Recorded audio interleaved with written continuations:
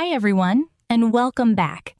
In today's video, we're going to practice English speaking together using the shadowing technique. Shadowing is one of the most effective ways to improve your English speaking skills. By listening and repeating at the same time, you can develop more natural pronunciation, better rhythm, and greater speaking confidence. With regular practice, shadowing can also help you improve your listening skills and speak more fluently in everyday conversations.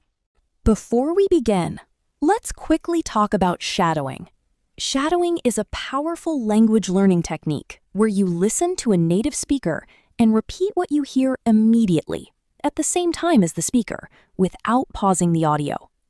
Don't worry if you miss some words or can't keep up perfectly at first. That's completely normal. The goal is to copy the speaker's pronunciation, rhythm, intonation, and connected speech as closely as possible. Try to speak continuously, keep your voice active, and focus on following the flow of English rather than understanding every single word. Now, put on your headphones if you have them, and let's get started. How I built a healthy lifestyle. A few years ago, my lifestyle was very different from what it is today. I wasn't seriously unhealthy, but I wasn't taking good care of myself either. I often stayed up late. I spent too much time sitting. I didn't exercise regularly.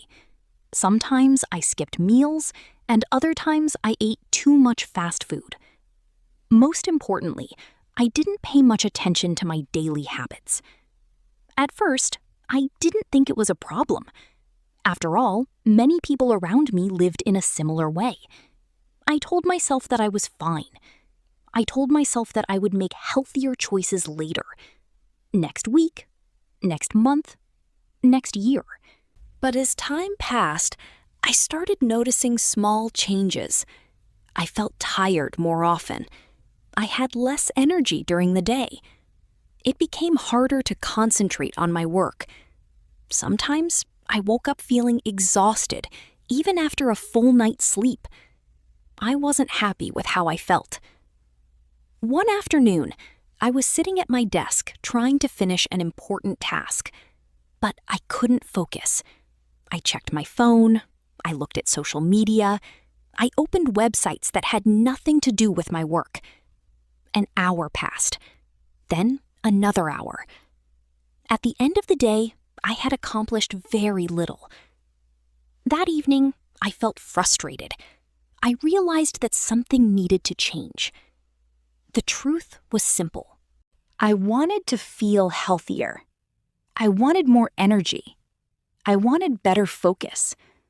I wanted to feel proud of the way I was living. So I made a decision. I decided to build a healthier lifestyle.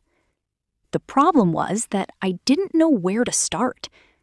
Like many people, I thought I needed to change everything immediately.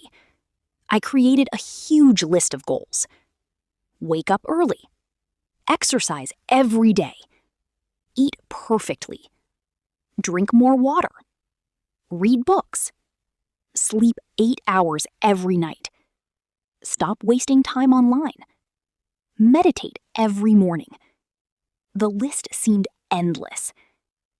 Looking at it now, I can see the mistake I made. I was trying to change my entire life in a single day. But at the time, I felt motivated. I was excited. I thought this was the beginning of a brand new version of myself. The next morning, I woke up early. I exercised. I prepared a healthy breakfast. I drank plenty of water. I felt amazing. The second day was also successful. The third day wasn't bad either. Then things became more difficult. By the end of the first week, I felt exhausted. Following so many new habits at once required a lot of energy. Some mornings, I didn't want to wake up early. Some evenings, I didn't want to exercise. Sometimes, I simply wanted to relax. Little by little, I started skipping habits. One missed workout became 2. One unhealthy meal became several. Soon, my perfect plan completely disappeared. I was disappointed. I felt like I had failed. For a few days, I considered giving up. Maybe I wasn't disciplined enough. Maybe healthy living wasn't for me. But then, I came across an interesting idea. The idea was simple. Don't focus on changing everything. Focus on changing one small thing. At first, this seemed too easy. How could one small habit make a difference? But I decided to try it. My first goal was drinking more water. That was it. Nothing else. I bought a reusable water bottle and placed it on my desk. Every time I saw it, I took a few sips. That small habit was surprisingly easy to maintain. After a few weeks, drinking water became automatic. I didn't have to think about it anymore. Then I added another habit: walking. Not running, not intense exercise, just walking. Every evening after dinner, I went for a short walk around my neighborhood. Sometimes I walked for 10 minutes, sometimes 20. The important thing was consistency. I wanted the habit to feel easy. At first, I didn't notice dramatic results. I wasn't suddenly healthier. I wasn't suddenly full of energy. But I felt slightly better. And that was enough. A few months later, something interesting happened. I started looking forward to my walks. They became one of the most relaxing parts of my day. Walking gave me time to think. It gave me time away from screens. Sometimes I listened to music. Sometimes I listened to podcasts. Sometimes I simply enjoyed the fresh air. That simple habit improved my mood more than I expected. After successfully building those habits, I felt ready for another change. This time, I focused on sleep. For years, I had treated sleep as something optional. If I wanted to watch another episode of a show, I stayed awake. If I wanted to spend more time online, I stayed awake. I rarely followed a consistent schedule. As a result, I often felt tired. I decided to create a bedtime routine. Every night, I turned off bright screens about an hour before bed. I read a few pages of a book. I prepared for the next day. Then I went to sleep at roughly the same time. The first few nights felt strange, but after a couple of weeks, my body adjusted. Soon, I was falling asleep faster. I was waking up feeling more refreshed. And perhaps most importantly, I had more energy throughout the day. That extra energy made it easier to maintain my other healthy habits. Everything started working together. The more I slept, the more energy I had. The more energy I had, the easier it became to stay active. The more active I became, the better I felt. For the first time, healthy living didn't feel like a struggle. It felt natural. And that was when I realized something important. A healthy lifestyle isn't built through perfection. It's built through consistency. You don't need perfect days. You just need enough good days. That lesson changed the way I viewed self-improvement forever. Of course, building a healthy lifestyle was not always easy. Even after I created some good habits, I still experienced setbacks. There were days when I skipped my evening walk. There were weekends when I stayed up too late. There were times when I ate more unhealthy food than I planned. In the past, those moments would have completely discouraged me. If I made one mistake, I often felt like I had ruined everything. For example, if I missed one workout, I would think, well, this week is already ruined. Then I might skip the next workout too, and the one after that. A single mistake often turned into several mistakes. But this time, I tried a different approach. Instead of focusing on perfection, I focused on getting back on track. If I missed a walk today, I could walk tomorrow. If I ate an unhealthy meal, I could make a healthier choice at my next meal. One mistake did not erase all my progress. That idea sounds simple, but it changed everything. For the first time, I stopped treating setbacks as failures. Instead, I treated them as a normal part of the process. And the truth is, everyone experiences setbacks. Nobody follows a perfect routine every day of the year. Everyone gets busy. Everyone feels tired. Everyone loses motivation sometimes.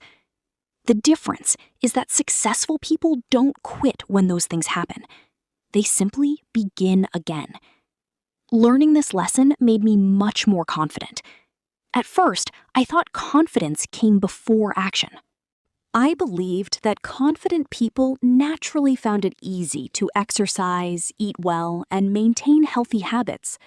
But I eventually realized I had it backwards.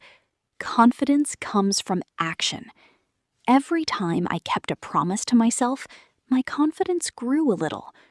Every time I completed a walk I didn't feel like taking, my confidence grew. Every time I chose a healthy meal instead of an unhealthy one, my confidence grew. Every time I went to bed on time, my confidence grew. The changes were small. Sometimes they were almost impossible to notice. But week after week, month after month, they added up. I started trusting myself more. I no longer saw myself as someone who always gave up. I started seeing myself as someone who could stick with things. That change in identity was powerful. One day, I noticed something interesting. A friend asked me how I managed to stay consistent with my habits. The question surprised me. For years, I had admired people with healthy lifestyles.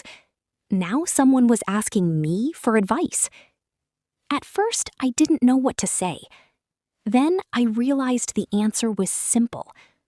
I wasn't doing anything extraordinary. I wasn't relying on motivation. I wasn't following a complicated system. I was simply repeating small habits over and over again. That conversation made me appreciate how far I had come. The changes had happened so gradually that I hadn't fully noticed them. But when I compared my current lifestyle to my old lifestyle, the difference was clear. I had more energy. I slept better. I felt stronger. I felt more focused. I felt more in control of my daily life. And perhaps the biggest change was my relationship with health itself. Before, I viewed healthy habits as chores. They felt like things I had to do. Now, I viewed them differently. They felt like acts of self-care. They were ways of taking care of my future self. That shift in mindset made healthy living much more enjoyable. As the months passed, I continued making small improvements. I learned more about nutrition. I started preparing simple meals at home more often. I ate more fruits and vegetables. I paid attention to how different foods made me feel. I wasn't trying to be perfect. I wasn't trying to follow strict rules. I simply wanted to make better choices more often. Some days were better than others, and that was okay. Balance became more important than perfection. In fact, one of the biggest lessons I learned was that a healthy lifestyle should be sustainable. If a habit feels impossible to maintain, it probably won't last. I learned to ask myself a simple question. Can I still do this a year from now? If the answer was no, I looked for a simpler approach. That mindset helped me avoid extreme solutions. I stopped chasing quick results. I stopped looking for shortcuts. Instead, I focused on habits I could maintain for the long term, and those habits eventually produced long-term results. One morning, I woke up and realized I felt genuinely good. Not because something exciting had happened, not because I was on vacation, not because I had achieved a major goal. I simply felt healthy. I felt rested. I felt energized. And that feeling was the result of hundreds of small decisions. No single habit changed my life overnight. No single day transformed me. The transformation happened slowly. So slowly that I barely noticed it while it was happening. But looking back, I could see the difference clearly. I often think about the version of myself from a few years ago. The person who felt tired all the time. The person who struggled to focus. The person who wanted to change but didn't know where to begin. If I could talk to that person today, I would give some simple advice. Start small. Be patient. Don't expect instant results. Don't try to change everything at once. Choose one habit. Make it easy. Stay consistent. Then build from there. I think many people avoid healthy habits because they believe they need to transform their entire lives immediately. That belief creates pressure, and pressure often leads to failure. The reality is much simpler. Small actions matter. Small improvements matter. Small habits matter. When repeated consistently, they can create remarkable results. Today, I still have goals. I still have habits I want to improve. I am not perfect, and I never will be. Sometimes I still stay up too late. Sometimes I skip a workout. Sometimes I make unhealthy choices. The difference is that I no longer see those moments as disasters. They are simply part of being human. I know that one bad day won't ruin months of progress. I know that I can always begin again tomorrow. That knowledge gives me peace of mind. It allows me to enjoy the process, rather than constantly worrying about perfection. Building a healthy lifestyle taught me lessons that go far beyond health. It taught me patience. It taught me consistency. It taught me self-discipline.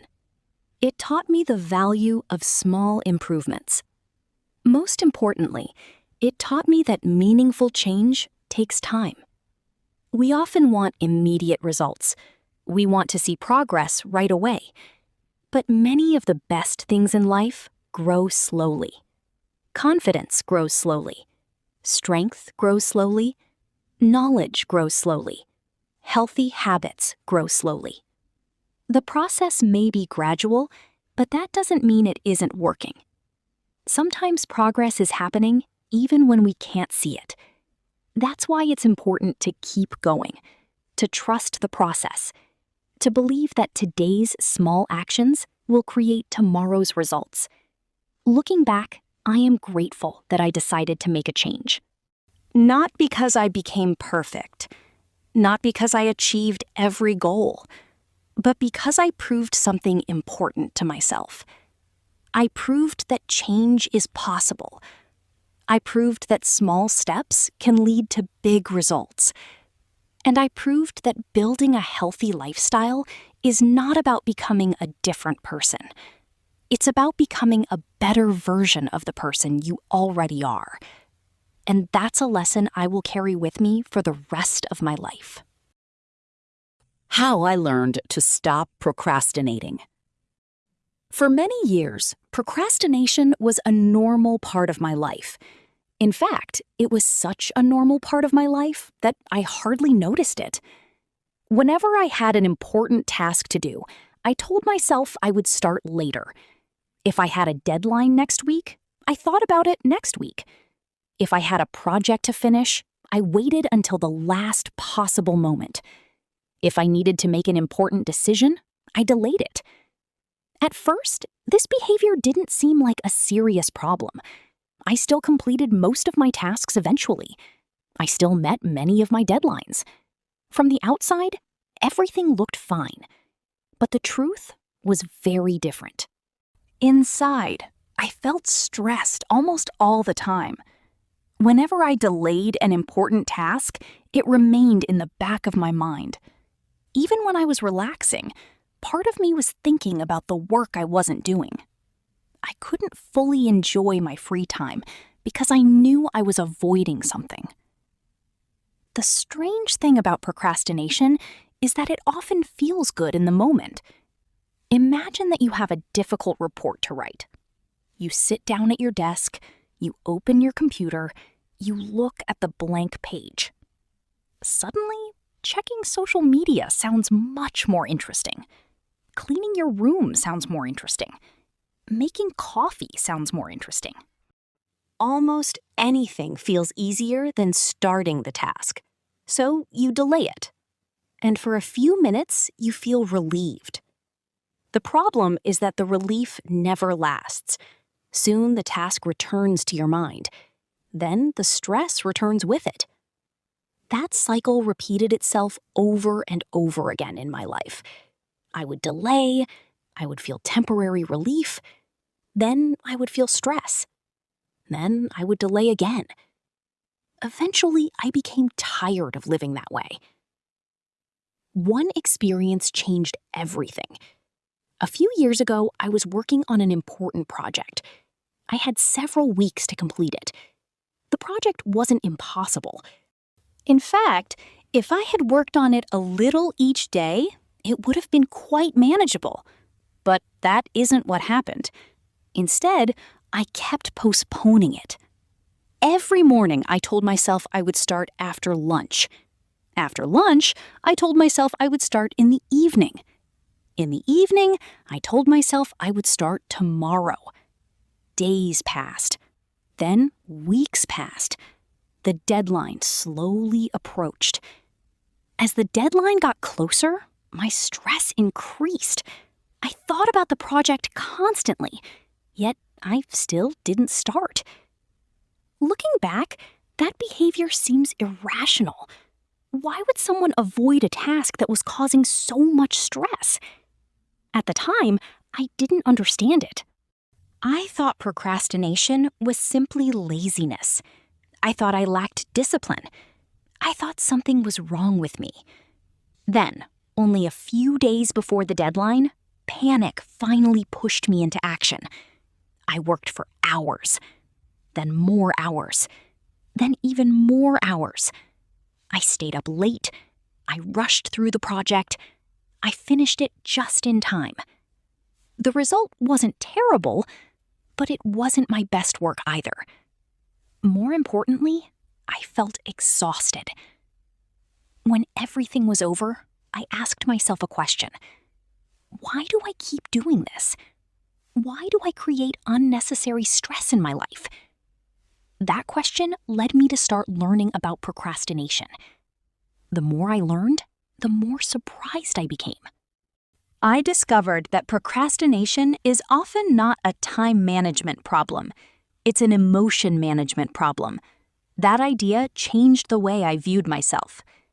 Many people think procrastination happens because people are lazy, but often the real reason is discomfort. Sometimes a task feels overwhelming. Sometimes it feels boring. Sometimes it feels confusing. Sometimes we are afraid of failure. Sometimes we are afraid that our work won't be good enough. Instead of facing those uncomfortable feelings, we avoid the task. At first, the avoidance feels good, but later it creates even more stress. When I understood this, I started paying attention to my own behavior. Whenever I delayed something, I asked myself a simple question. What am I trying to avoid? The answers were interesting. Sometimes I was avoiding uncertainty. I didn't know how to begin. Sometimes I was avoiding boredom. The task simply wasn't exciting. Sometimes I was avoiding fear. I worried that I might fail. For the first time, I stopped judging myself. Instead, I became curious. Once I understood the problem better, I started experimenting with solutions. The first strategy I tried was making tasks smaller. Before, I often looked at a large project and thought about everything that needed to be done. The project felt huge. The size of it made me want to avoid it. So I changed my approach. Instead of focusing on the entire project, I focused on the smallest possible step. Not finish the report, just open the document. Not write the whole presentation, just create the first slide. Not clean the entire house, just clean one room. This small change had a surprisingly powerful effect. Starting became easier, and once I started, continuing often felt natural. I learned an important lesson. The hardest part of many tasks is simply beginning. After that, I experimented with another strategy. I stopped waiting for motivation. For years, I believed I needed to feel motivated before taking action. If I didn't feel motivated, I waited. Unfortunately, motivation didn't always arrive. Sometimes it arrived too late. Sometimes it didn't arrive at all. Eventually, I realized something. Action often creates motivation, not the other way around. When I started working, even for 5 minutes, I usually felt more motivated than I had before. Progress created momentum. Momentum created motivation. That lesson changed many areas of my life. I stopped asking myself, do I feel like doing this? Instead, I asked, can I do just 5 minutes? 5 minutes felt manageable. Most of the time, those 5 minutes turned into much more. Every notification pulled my attention away. Every message interrupted my focus. Even when I wasn't using my phone, part of my attention remained on it. One day, I decided to place my phone in another room while I worked. At first, it felt uncomfortable. I kept wanting to check it. I wondered if I had missed something important. But after a while, something interesting happened. I focused more deeply. I completed tasks faster. I felt less distracted. That simple change improved my productivity immediately. As time passed, I continued refining my habits. I created simple daily plans, nothing complicated. Each morning, I wrote down a few important tasks, not 20 tasks, not 15 tasks, just a few. I wanted my list to feel realistic. When I completed those tasks, I felt a sense of accomplishment. That feeling encouraged me to continue. Gradually, my relationship with work began to change. I no longer viewed every task as a mountain I had to climb. I viewed tasks as small steps. One step, then another, then another. This mindset reduced a great deal of stress. Of course, progress wasn't always perfect. There were still days when I procrastinated. There were still times when I avoided important work. The difference was that those moments became less frequent. And when they happened, I recovered more quickly. Instead of spending weeks avoiding something, I might only spend a few hours avoiding it. That was still progress. One of the biggest changes happened in my confidence. For years, procrastination had damaged my self-trust. Whenever I delayed important tasks, I felt disappointed in myself. I stopped believing my own promises. If I said I would start tomorrow, I didn't fully believe it. But as I became more consistent, that began to change. Every time I completed a task when I said I would, I built trust with myself. Every time I followed through on a commitment, my confidence grew. I started seeing myself differently. Not as someone who always procrastinated, but as someone who could take action. That identity shift was powerful. The longer I practiced these habits, the more benefits I noticed. I felt less stressed, I slept better, I enjoyed my free time more. This surprised me. I had always assumed that working more would reduce my enjoyment of life. The opposite happened. Because I completed important tasks earlier, I could relax without guilt. When I watched a movie, I actually enjoyed it. When I spent time with friends, I wasn't secretly worrying about unfinished work. The mental burden became lighter. I also noticed improvements in the quality of my work. When I stopped rushing everything at the last minute, I had more time to think, more time to revise, more time to improve. As a result, my work became better, and better results increased my confidence even more. Looking back, I think one of the most important lessons I learned is that procrastination is rarely about being lazy. Many people who procrastinate care deeply about their goals. In fact, they often care too much.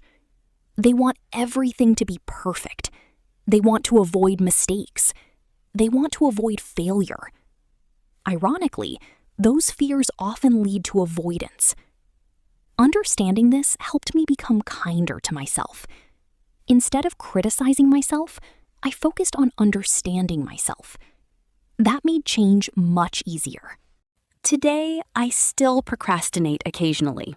I don't think anyone is productive every moment of every day. But procrastination no longer controls my life. When I notice myself delaying something, I recognize it quickly. I ask myself why. Then I take a small step forward. Usually, that is enough. If I could give one piece of advice to someone struggling with procrastination, it would be this. Don't focus on finishing. Focus on starting. You don't need to complete everything today. You don't need to feel motivated. You don't need the perfect plan.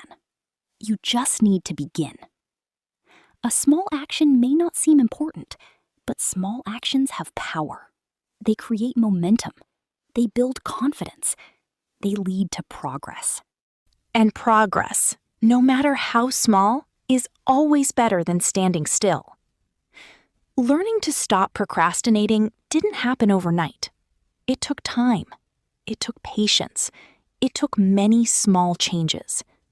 But those changes transformed the way I work, the way I think, and the way I live.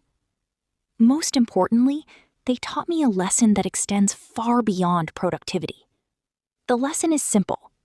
We don't need to feel ready before we act. Sometimes action comes first, and confidence follows afterward. That lesson has helped me in countless situations. It has helped me start difficult projects.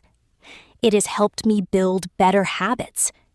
It has helped me face challenges that once seemed overwhelming. And it all began with a simple decision. The decision to stop waiting. The decision to take one small step, and then another, and another, until progress became a habit. And that habit changed my life. The day I missed my flight. For most of my life, I considered myself a very organized person. I liked making plans. I liked arriving early. I liked knowing exactly what was going to happen and when it was going to happen. If I had an appointment at 10 o'clock, I would probably arrive at 9:45. If I needed to catch a train, I would get to the station at least 20 minutes early. Because of that, I never imagined that I would miss a flight. It seemed impossible. Unfortunately, life sometimes enjoys surprising us. And one morning, I learned that even the most organized people can make mistakes. It all started a few months ago. I was planning a short trip to another city. Nothing too complicated. The flight was only about 2 hours long, and I was going to stay for a few days. I had been looking forward to the trip for weeks. I had already booked a hotel. I had already made a list of places I wanted to visit. Everything seemed perfect. My flight was scheduled to leave at 8:30 in the morning. Since the airport was about 40 minutes from my home, I decided to wake up at 5:30. That would give me plenty of time. Or at least that's what I thought. The night before the trip, I finished packing my suitcase. I checked everything carefully. Passport, wallet, phone charger, headphones, extra clothes, travel documents. Everything was ready. I felt prepared. I felt confident. I felt completely in control. Then I made a small mistake. A very small mistake. The kind of mistake that doesn't seem important at the time. Before going to bed, I set my alarm clock, or at least I thought I did. The problem was that I accidentally set the alarm for 6:30 instead of 5:30. I didn't notice. I put my phone down, went to sleep, and dreamed about my upcoming trip. Everything was fine. Until the next morning. Suddenly, I woke up. I don't know why. Maybe there was a noise outside. Maybe my body simply sensed that something was wrong.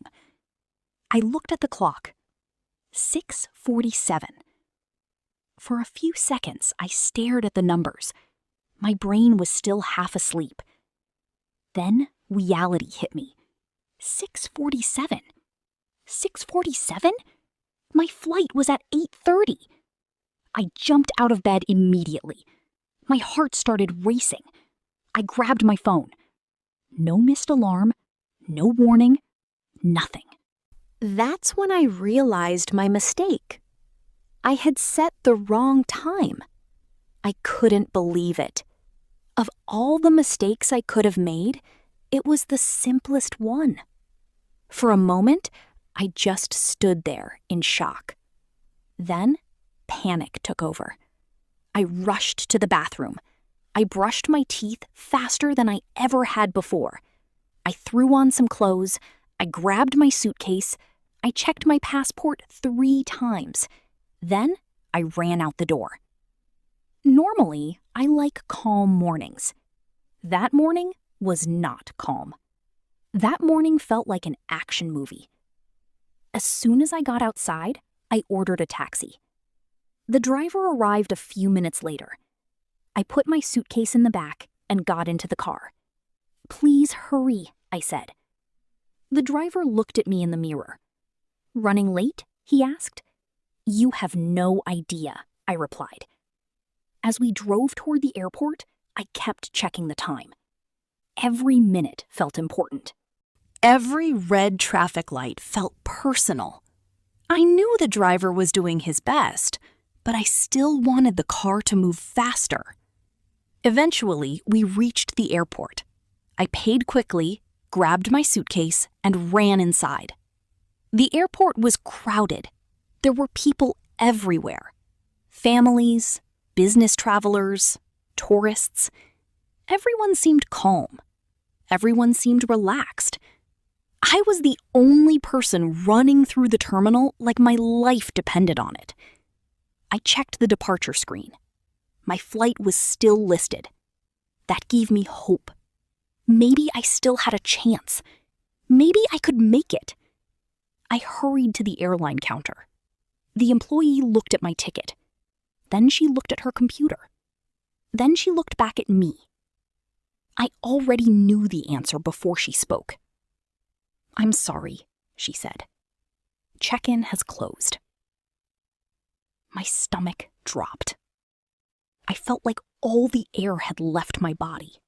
I stared at her for a moment. I hoped she would suddenly change her mind. I hoped she would smile and say it was a joke.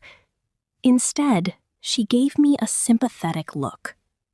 The flight was gone. I had missed it. For the first time that morning, I stopped moving. There was nothing left to do. No more running, no more rushing, no more hoping. I had missed my flight. and it was entirely my fault. For a few moments, I just stood there. I felt disappointed. I felt frustrated. Most of all, I felt angry with myself. How could I make such a simple mistake? I had spent weeks preparing for this trip. I had packed carefully. I had planned everything. And yet I had missed my flight because I set my alarm incorrectly. I wanted to blame something. The traffic, the airport, my phone. But deep down, I knew the truth. The mistake was mine. I took a deep breath and tried to calm down. Being angry wasn't going to help me now. I needed a solution. So I returned to the airline counter and asked if there was another flight available. The employee checked her computer. For a few seconds, she looked at the screen. Then she smiled slightly. "You're lucky," she said. "There is another flight this afternoon." I immediately felt relieved. Then she told me the price. My relief disappeared. The new ticket was much more expensive than the original one. For a moment, I wasn't sure what to do. I looked at my wallet. I looked at my phone. I thought about canceling the trip. Maybe this was a sign that I should stay home. But after everything that had happened, I didn't want to give up. I had already come this far. So I bought the new ticket. The flight would leave in about 6 hours. 6 hours! That was a long time to wait. At first, I felt annoyed. Then I decided to make the best of the situation. I found a seat near a large window and sat down. Outside, planes were landing and taking off.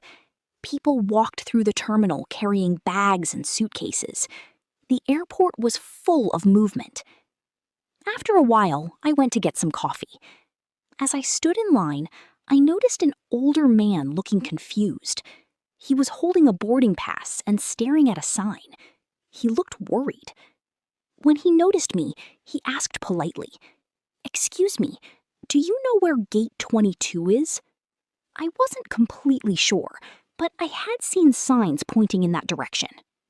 I showed him where to go. His face immediately brightened.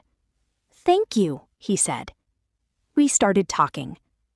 A few minutes later, I told him about missing my flight. To my surprise, he laughed. Not in a rude way, in a friendly way. Then he said something I never forgot. "Don't worry. Almost everyone misses a flight at least once." I stared at him. "Really?" I asked. "Oh yes," he said. "I've missed 2. That made me feel much better. Until that moment, I felt like I was the only person in the world who had made such a mistake. Hearing his story reminded me that mistakes happen to everyone, even experienced travelers. We talked for a few more minutes before he left for his gate. As he walked away, he waved and wished me good luck. The simple conversation improved my mood. Later, I found a restaurant inside the airport and ordered lunch. Since I had so much time, I decided not to rush. I sat near a window and enjoyed my meal. For the first time that day, I felt calm. The disaster I had imagined wasn't really a disaster. Yes, missing the flight was inconvenient. Yes, it cost me extra money. But the world hadn't ended. The trip was still possible. A few hours later, I returned to the departure gate. This time, I arrived very early. Very, very early. I wasn't taking any chances. As passengers gathered near the gate, I started talking to a young woman sitting nearby. She was traveling alone. We began discussing travel experiences. When I told her about my morning, she laughed. Then she told me she had once gone to the wrong airport. "The wrong airport?" I asked. "Yes," she said. There are 2 airports in my city. I went to the wrong one. We both laughed. The more stories I heard, the more I realized something. Travel rarely goes perfectly. People miss flights, people lose luggage, people take the wrong train, people get lost. It's all part of the experience. Eventually, boarding began. This time, I was one of the first people in line. I wasn't going to miss this flight, not after everything that had happened. I found my seat and sat down. As the plane started moving toward the runway, I felt a huge sense of relief. I had finally made it. A few minutes later, we were in the air. I looked out the window and smiled. The day had not gone according to plan. Not even close. But somehow, I was still on my way. A few hours later, I arrived at my destination. The moment I stepped out of the airport, I felt excited again. The stress of the morning was finally behind me. I took a train into the city and checked into my hotel. When I entered my room, I placed my suitcase on the floor and sat on the bed. Then I started laughing. The entire day suddenly seemed funny. Earlier that morning, I had been convinced that everything was ruined. Now, I was exactly where I wanted to be. The trip could finally begin. Over the next few days, I explored the city, visited interesting places, and enjoyed local food. I had a wonderful time. But surprisingly, the thing I remembered most wasn't a museum or a restaurant. It was the day I missed my flight. That experience taught me several important lessons. First, mistakes happen. No matter how organized you are, nobody is perfect. Second, problems are usually smaller than they seem in the moment. When I realized I had missed my flight, it felt like a disaster. A few hours later, it was simply an inconvenience. And finally, I learned that unexpected situations often introduce us to kind people. The airline employee who helped me, the older traveler who shared his story, the young woman who made me laugh at the gate. Without missing my flight, I never would have met any of them. Of course, I still try to be organized. I still arrive at airports early, and now I check my alarm at least 3 times before going to sleep. But whenever something goes wrong during a trip, I remember that day. I remember the panic. I remember the frustration. And I remember how everything worked out in the end. Missing my flight wasn't the beginning of a terrible trip.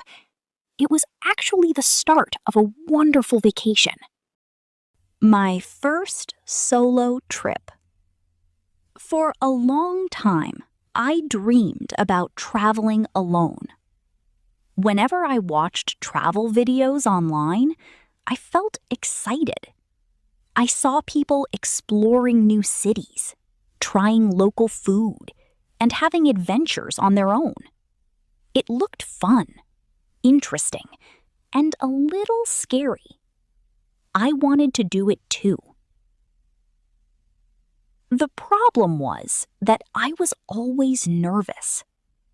I worried about getting lost. I worried about missing a flight. I worried about making mistakes. Sometimes I even worried about simple things, like ordering food or asking for directions in an unfamiliar place. Because of those fears, I kept postponing the idea. Every year, I told myself the same thing. Maybe next year. Maybe when I have more money. Maybe when I have more experience. Maybe when I feel more confident. But one day, I realized something important. If I kept waiting until I felt completely ready, I might never go.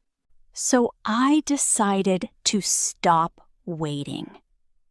I opened my laptop and started looking at different destinations. I wanted my first solo trip to be simple. I didn't want to fly across the world.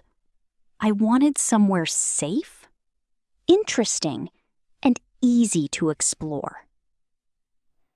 After a few days of research, I found the perfect place. It was a beautiful city only a short flight from my hometown. The city had parks, museums, markets, and great food. It seemed like the ideal destination for a first solo adventure. Without thinking too much, I booked the flight. As soon as I received the confirmation email, I felt a mix of excitement and fear. Part of me wanted to celebrate. Another part wanted to cancel everything immediately. Over the next few weeks, I prepared for the trip. I made packing lists. I watched videos about the city. I downloaded maps to my phone. I searched for restaurants and attractions. I planned almost every detail. The closer the trip got, the more nervous I became. A few days before my departure, I started asking myself difficult questions. What if something goes wrong? What if I feel lonely? What if I don't enjoy it? But every time those thoughts appeared, I reminded myself why I wanted to travel alone. I wanted to challenge myself. I wanted to become more independent. I wanted to prove that I could do something that scared me. Finally, the day arrived. Then I sat down and waited. As I looked around, I noticed families, couples, and groups of friends. Everyone seemed busy with their own plans. For a moment, I felt very alone. Then I noticed another traveler sitting by herself with a backpack and a book. She looked relaxed and confident. Seeing her made me feel better. Maybe traveling alone wasn't unusual after all. Soon, it was time to board the plane. I found my seat and fastened my seatbelt. As the plane took off, I watched my hometown disappear below the clouds. At that moment, my fear started to fade. I felt excited. For the first time, I wasn't thinking about problems. I was thinking about possibilities. A few hours later, I landed. The airport was larger than I expected. There were people everywhere. For a moment, I felt overwhelmed. Then, I took a deep breath. One step at a time. I followed the signs, collected my luggage, and found the train station. Buying a ticket was easy. Finding the correct platform was easy. Even carrying my suitcase wasn't too difficult. Every small success made me feel more confident. Soon, I was sitting on a train heading toward the city center. As I looked through the window, everything felt new. The buildings looked different.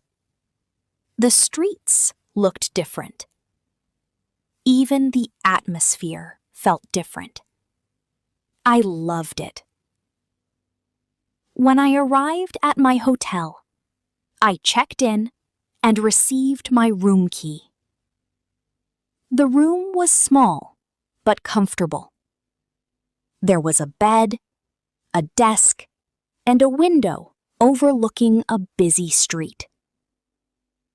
I dropped my suitcase on the floor and sat on the bed. Then I smiled. I had done it. I was alone in a new city, and everything was okay. A few minutes later, I realized I was hungry. Very hungry. So I left the hotel and started walking around. After a short search, I found a small cafe. I ordered a sandwich and a cup of coffee. At first, sitting alone felt strange. I wasn't used to it. But after a few minutes, I relaxed. I watched people walking outside.